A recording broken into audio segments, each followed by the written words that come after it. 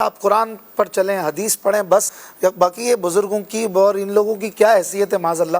تو اس حوالے سے اگر ایک ذہن مل جائے کہ جب صحابہ کا یا اہل بیت کا یا ولیوں کا ذکر ہو، ایک مسلمان کا طرز گفتگو کیا ہونا چاہیے؟ مسلمان ہمیشہ باادب ہوتا ہے، احترام کرنے والا ہوتا ہے۔ دیکھیں تیلی اصغر صاحب نے بھی پچھلے دنوں اس پر اچھا کلام کیا اور پوری قرآن کی آیت سے بتایا کہ جو جملہ بعض لوگوں کی زبان پہ آیا ہوا کہ بابے تو کوئی شے نہیں، جی تو حالانکہ یہ جو طرز ہے، یہ جو انداز ہے، جی یہ اسلامی تربیت کے بالکل خلاف ہے۔ نبی پاک صلی اللہ تعالیٰ علیہ وسلم تو یہ ارشاد فرماتے ہیں کہ من لم یرحم صغیرنا ولم یوقر کبیرنا فلیس منا، واہ، کہ جو ہمارے چھوٹوں کے پر رحم نہ کرے اور ہمارے بڑوں کی تعظیم نہ کرے وہ تو ہم میں سے ہے ہی نہیں۔ ٹھیک ہے؟ سبحان تو اب انداز گفتگو کہ وہ کوئی شے نہیں ہے، کوئی چیز نہیں ہے، کیسے نہیں ہے؟ اللہ تبارک و تعالیٰ کی بارگاہ میں ان کا کیا مقام و مرتبہ ہوتا ہے۔ صحیح بخاری شریف کی حدیث مبارکہ ہے کہ نبی پاک صلی اللہ علیہ وسلم نے ارشاد فرمایا کہ ان اللہ اذا احب عبدا، کہ اللہ پاک جب کسی بندے سے محبت کرتا ہے، حالانکہ اللہ جل شانہ اپنی مخلوق سے محبت ویسے ہی فرماتا ہے، صحیح، یہاں محبت اور بندے سے مراد وہ نیک صالح بندہ ہے جس کو ہم ولی کہتے ہیں، اللہ کا ولی کہتے ہیں، اس سے اللہ پاک جب محبت کرتا ہے تو جبریل امین کو اپنے پاس بلاتا ہے اور فرماتا ہے کہ انا احبہ، میں اس سے محبت کرتا ہوں، فاحبہ، تو اس سے محبت کر۔ جبریل امین اس سے محبت کرتے ہیں، واہ، پھر وہ اہل آسمان میں اعلان کرتے ہیں کہ فلاں بندے سے اللہ پاک محبت کرتا ہے، تم بھی اس سے محبت کرو۔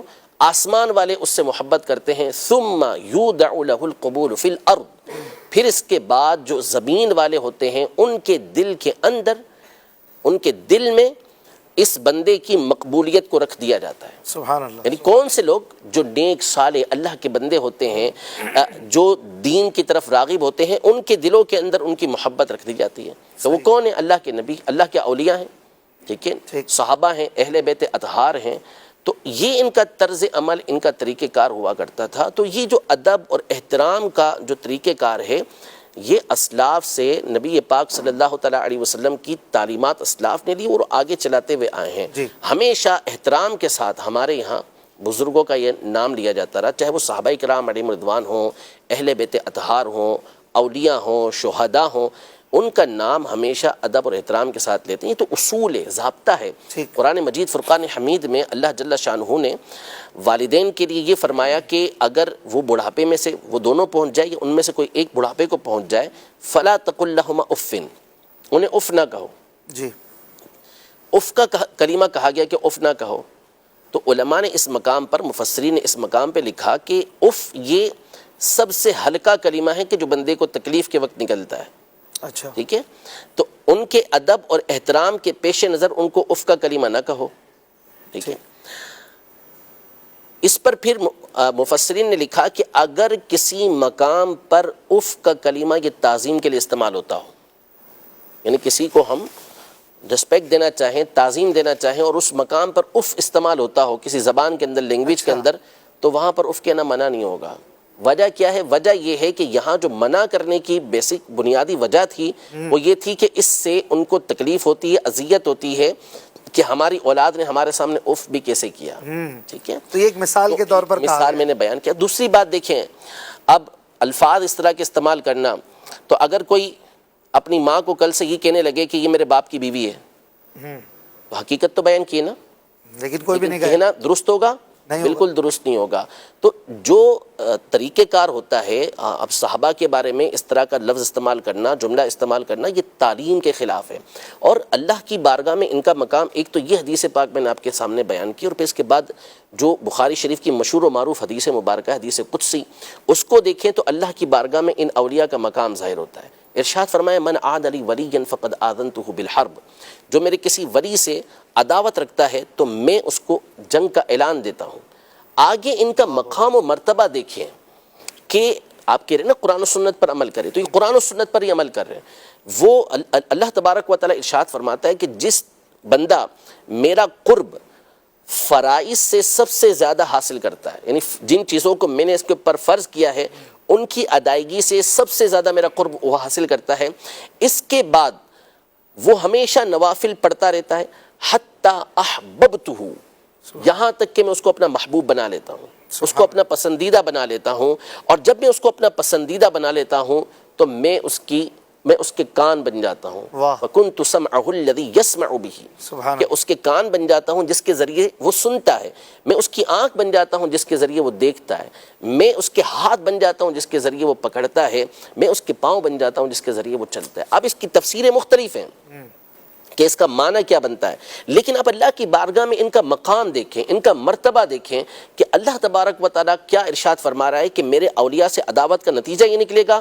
پھر اس کے بعد متصل یہ بات ارشاد فرمائی جا رہی ہے کہ اللہ کی بارگاہ کے اندر ولی بننے والے ان کا مقام و مرتبہ یہ ہے کہ اللہ ان کو اپنا محبوب بناتا ہے. ان کے باڈی پارٹس کے بارے میں فرمایا کہ اللہ کا نور جلال اس میں داخل ہوتا ہے. پھر اس میں یہ بیان کیا گیا کہ اب یہ جو اللہ تبارک و تعالیٰ ہاتھ پاؤں کان یہ جو بیان کیا، ظاہر ہے کہ اللہ پاک اس سے پاک ہے، تو اس کا مطلب یہ بیان کیا گیا کہ وہ اللہ پاک کی اطاعت کے اندر ہی زندگی گزارتے ہیں. اور کرامات کے حوالے سے بھی یہاں گفتگو کی گئی ہے. پھر اس کے بعد یہ ارشاد فرمایا کہ اگر وہ مجھ سے پناہ مانگتا ہے تو میں اس کو پناہ دیتا ہوں، وہ مجھ سے سوال کرتا ہے تو میں اس کو عطا کرتا ہوں. سبحان اللہ. تو اللہ کی بارگاہ میں تو یہ مقام و مرتبہ ہے، اور آپ کہتے ہیں کہ کوئی شے ہی نہیں، کوئی چیز ہی نہیں ہے. اور پھر میں آپ کو بتاؤں کہ دیکھیں، بندہ جب ابتدا چھوٹے طبقے سے، چھوٹے درجے سے کرتا ہے نا، جی، یعنی پہلے وہ اللہ کے ولیوں پر اس طرح کی باتیں کرتا ہے، تو کبھی بھی یاد رکھیے گا کہ اب وہ اس دروازے پہ نہیں رکے گا. یہ دروازہ ہوتا ہے جو، یعنی یہ وہ جگہ ہوتی ہے جس کو کہتے ہیں کہ یہاں سے دروازہ کھل گیا، اب اس نے آگے ہی بڑھنا ہے. اب اس کے بعد وہ تابعین پر آئے گا، تابعین کے بعد وہ صحابہ پر آئے گا، اور وقت آئے گا کہ وہ انبیاء کے بارے میں بھی اس طرح کی گفتگو کرے گا. اللہ. کیوں؟ اس لیے کہ یہ لوگ پردہ اور یہ لوگ دروازہ ہیں. یہاں پر اگر بندہ رکا رہتا، یہاں سے وہ جری ہو گیا. صحیح. جیسے قاتل ہوتا ہے، مجرم ہوتا ہے، وہ ابتدا میں تو ظاہر سی بات ہے کہ چھوٹے موٹے کام کرتا ہے، پھر آہستہ آہستہ آہستہ پھر وہ بڑے بڑے جرائم کرنا یہ شروع ہو جاتا ہے. تو اس لیے ہمیشہ جو بزرگان دین ہیں، اسلاف ہیں، ان کا ادب اور احترام، اور نام بھی ادب و احترام ہی کے ساتھ لینا چاہیے. ہمیں تو سکھایا گیا شروحات حدیث کے اندر، امام نووی رحمۃ اللہ تعالیٰ علیہ اور کئی بزرگوں نے لکھا کہ جب صحابہ کا نام آئے تو تعظیم کے ساتھ رضی اللہ تعالیٰ عنہم کہنا، اور اسی طرح جب اولیاء کا نام آئے تو رحمہ اللہ کہنا. یہ تو ہمیں تعلیم دی گئی ہے اس چیز کی کہ ہم نے اس انداز میں گفتگو کرنی ہے. اور یہ کہ نئی بالکل لاجک اور نیا طریقہ کار، اور اس کے پیچھے ایک بہت بڑی وجہ ہے. اور یہ چونکہ آپ نے سارے بھی تک جتنے سوال کیے ہیں انیکسپیکٹڈ ہیں سارے، تو اب یہ ایک پورا پیچھے ایک وجہ ہے اس کی کہ یہ کیوں اس طرح کیا جا رہا ہے. سب سے بڑی وجہ یہ ہے کہ اسلاف سے جب تک آپ کا تعلق باقی رہے گا آپ کو گمراہ نہیں کیا جا سکے گا، آپ کو اپنے پیچھے نہیں چلایا جا سکے گا. اپنے پیچھے چلانے کا جو صحیح طریقہ، جو شارٹ کٹ طریقہ ہے وہ یہ ہے کہ آپ اسلاف سے ان کا تعلق توڑ دیں. جب اسلاف سے تعلق توڑ دیا تو اب منمانی کرنی ہے، جو چاہے آپ کرتے رہیں، جو چاہے آپ بولتے رہیں. اب جب حوالہ پیش کیا جائے گا کہ جی یہ تو فلاں مفسر نے یہ بات کہی ہے، جنہوں نے اپنی ساری زندگی اس فن کے اندر گزاری ہے، فلاں محدث نے یہ بات کہی ہے، فلاں فقیر، وہ تو کچھ ہی نہیں، وہ تو کوئی چیز ہی نہیں ہے.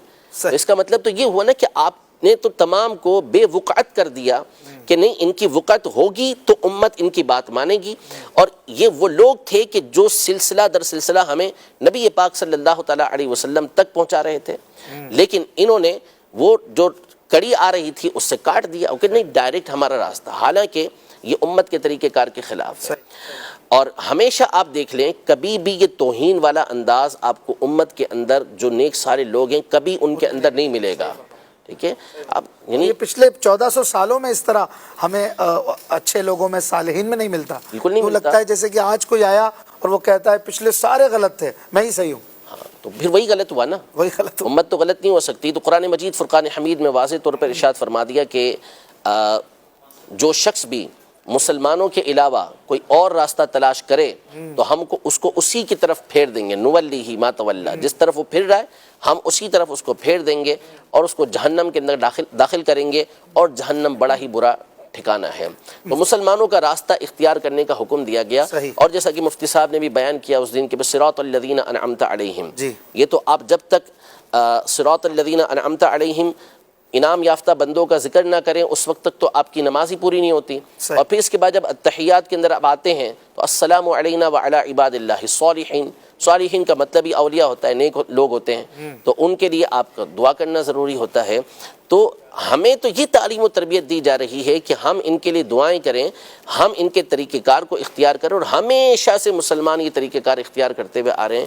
یہ ایک نئی طریقے کا نیا طرز نکلا، نیا انداز نکلا، اور پھر اس کے بعد اب ہمارے سامنے اس کے اثرات جو ہے وہ دیکھ رہے ہیں ہم۔ ہے تو بہت تھوڑا سا اس کا اثر، کوئی بہت بڑا اثر نہیں ہے، صرف سوشل میڈیا کا ایک ہوا ہوتا ہے کہ جس کے ذریعے چیزیں ہو جاتی ہیں، ورنہ گراؤنڈ ریئلٹی یہ ہوتی ہے کہ ایسے لوگوں کی کوئی حیثیت اور حقیقت نہیں ہوتی۔ دیکھنے والے، کمنٹس دینے والے، گفتگو کرنے والے بھی عمومی طور پہ وہ ہوتے ہیں کہ جو مخالف ہوتے ہیں اور اپنے بے وقوفانہ طرز کی وجہ سے ایسے لوگوں کو پروموٹ کر رہے ہوتے ہیں، ورنہ ان کے فالوورز آٹے میں نمک تو بہت بڑی چیز ہے، کچھ بھی نہیں ہوتے، حقیقت یہ ہے۔